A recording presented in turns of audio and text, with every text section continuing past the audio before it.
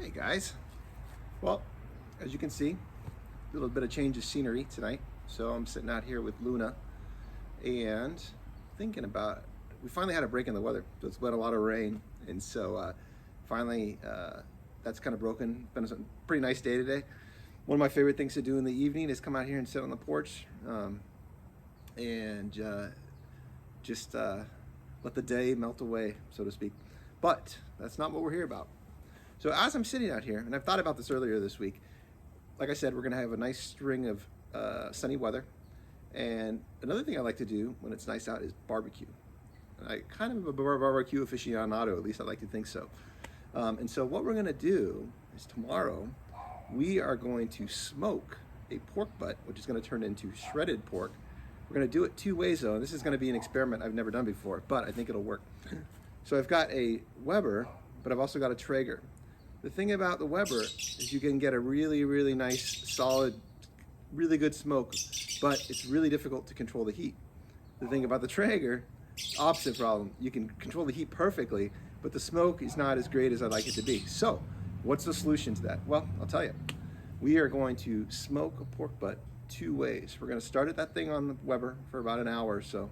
Then we're going to move it over to the Traeger and finish it off. And I think what that's going to accomplish, at least I hope so, we're going to get a beautiful smoke ring inside that pork butt, and we are going to accomplish that really, really tender, shreddable pork, which we need for a pork butt sandwich or a shredded pork smoked sandwich. So that's what we're going to do. It's going to be a great cook. I'm going to show you guys how I'm going to prepare the pork butt the night before, which is tonight. And then tomorrow I'll show you my little, some people have a man cave. I've got a barbecue cave. It's got a pretty neat little area for me to work, which is great. I'll show you that. I think it's going to be a good cook. So I'm looking forward to you joining me. Hey guys, so here we are back at it. So as you can see in front of you here, we have our pork butt or pork shoulder. And what we're going to do now is this is the night before the cook. So we're going to prep this guy. So all those spices and the rub that goes on it can sit on that overnight. And what that's going to do is that's going to draw out some of that moisture, and it's going to ultimately really add a nice flavor to the meat. So you might ask yourself, how do we get this ready? Well, I'm going to show you. First step, right? As you can see in front of me here, I've got a lot of garlic cloves, probably maybe 6, 7, 8 garlic cloves in there. And what's going to happen is, for those of you who don't know, you should also try this some other time.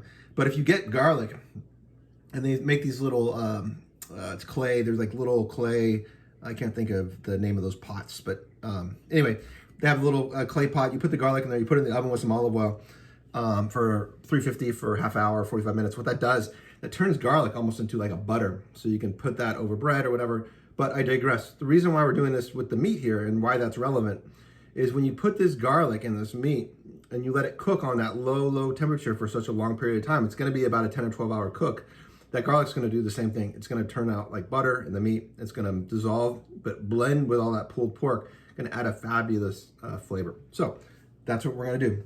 No rhyme or reason to this. You make a little stab into the pork here. Get a garlic clove right into it. And we're just gonna do that all over. On the sides, the bottom, everywhere. So we got that good garlic in there all over. I need a little bigger one.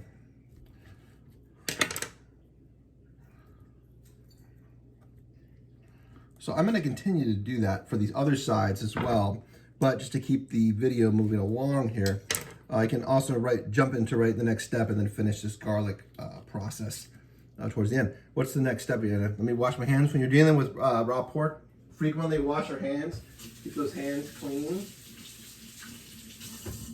We're going to move into the next step. What is that next step? Well, we have some yellow mustard here, and I do the same thing with ribs. What this does is just creates a binder to the meat. So when you put your spice on there, it sticks to that mustard, will stick to the meat, and will make for a really moist final product. You can't even taste the mustard at the end.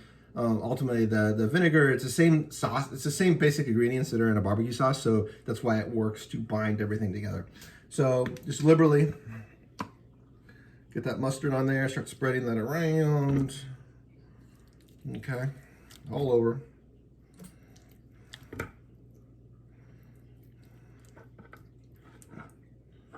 Okay.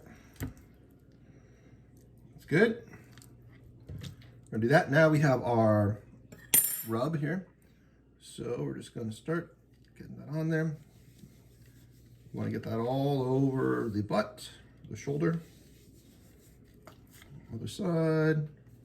What is in the rub, you may ask? Well, let me tell you. So we've got the basic ingredients, which is the salt. We've got brown sugar. We've got some cumin, chili powder, paprika. What am I missing? Black pepper. Did I mention the brown sugar? Yeah, I think I did. Some basic herb mixture. But like I said, the basic ingredients are that cumin, the brown sugar, the salt, and the pepper. And that's going to make for a nice rub. And you can see, you really want a lot of those in here. You want this to really be rubbed in. And this is definitely not the cleanest process. Well, it's clean, but what I should say, it's a very hands-on process, as you can see. And I am proceeding to make a kind of a mess. Well, that sometimes happens. You just got to kind of roll with it. All right, that looks pretty good. Get that out of the way. Got a little bit more rub here on the top. And what this is going to do is it's going to sit overnight, and then by the morning it should be good to go. So when I see you guys back, we'll be getting this on the grill. Good morning, everyone. Happy Saturday. So here we are back again. As you can see, I kind of got started here. We've got our roast on there, ready to go. We got our nice coals heated up. And remember, as I mentioned last night, we're not trying to fast cook this thing. The point of this initial process, this kind of experiment, doing it this way, is we're going to try to get some of that hard smoke. I'll bring you over here. We've got our hickory chips soaking in the water there. We've got our thermometer. I'm going to keep an eye on this temperature of this grill because I do not want that to get too hot, like I said, because I'm going to start it there, and then when I'm done there, I'm going to put it on the Traeger for a long, slow cook. So I will bring you guys back to when we get that started. But doesn't that look tasty already? We're back at it. The pork shoulder has been on the grill for about an hour. So now we're going to transition it over to the Traeger. We're going to put that Traeger right at 225. It's a really good smoking temperature. It's kind of what you want to shoot for. So we'll lower that down to 225.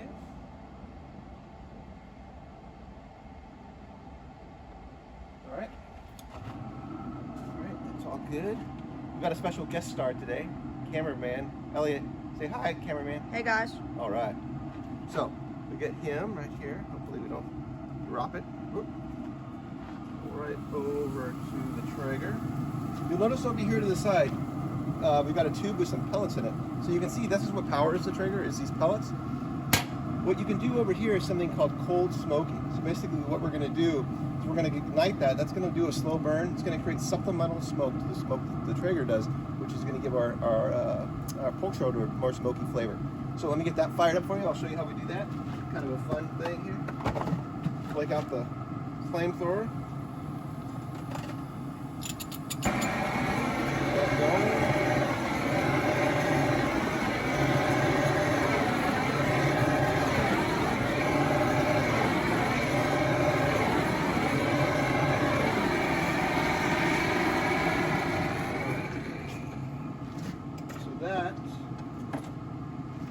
See how we've got a nice, we're going to create a nice smoke. That flame's eventually going to go out here. And what that's going to do is it's going to burn through the whole tube.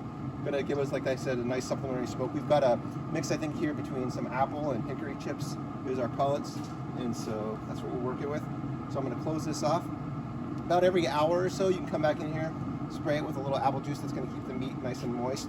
But like I said, we're going to go for a low 225, probably for an 8 or 9 hour cook to get this meat at internal temperature of about 190. Oh, that brings up a good point. We've got our probe over here. So we're going to want to stick that right in the middle. And that's going to keep track of that.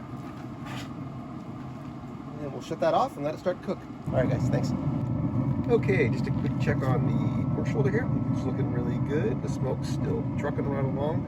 We're going to give this a spray of some apple juice, which is going to keep the roast nice and moist, which we want. So it's coming right along. As you can see, we are at 143 internally. 225 is still our goal temperature. It's going to stall out normally around 150, 155, and it will stay that way for quite a long time. So you just have to be patient with it. Hey, this is a fun process. Beautiful day outside. It's nice to be out here with the barbecue going, just working in the yard. So just let it do its thing, and eventually it'll get up there. So I'll bring you guys back once it's all ready. All right, so here we are. Finally time after 10 or 11 hours. And I would have to, admittedly, this is a late night cook. Slept in Saturday morning. What can I say? What are you gonna do?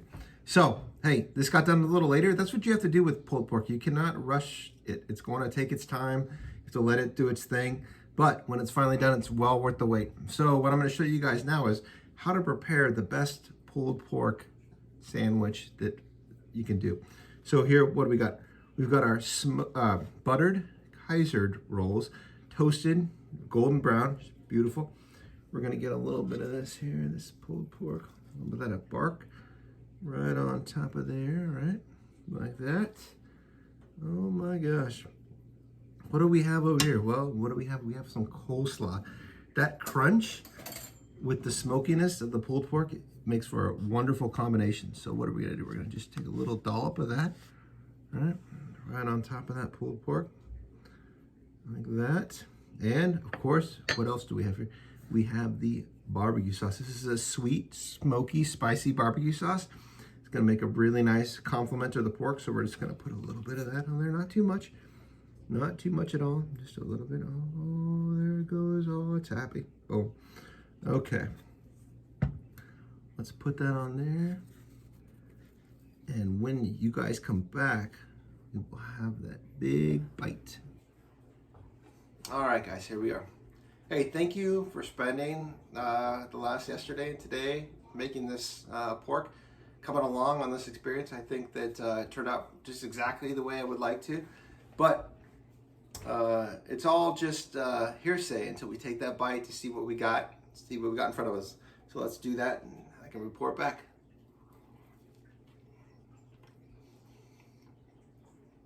Mmm. Mmm.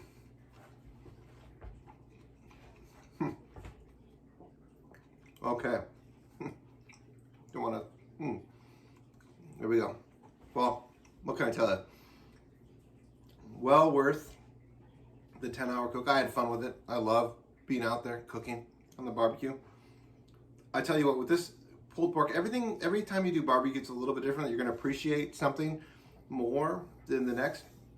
This one, the bark is beautiful. The bark is that outer layer that we rubbed with the all the brown sugar and salt, and I really think that extra time in the Weber with that super smoke really made that outside coating just beautiful.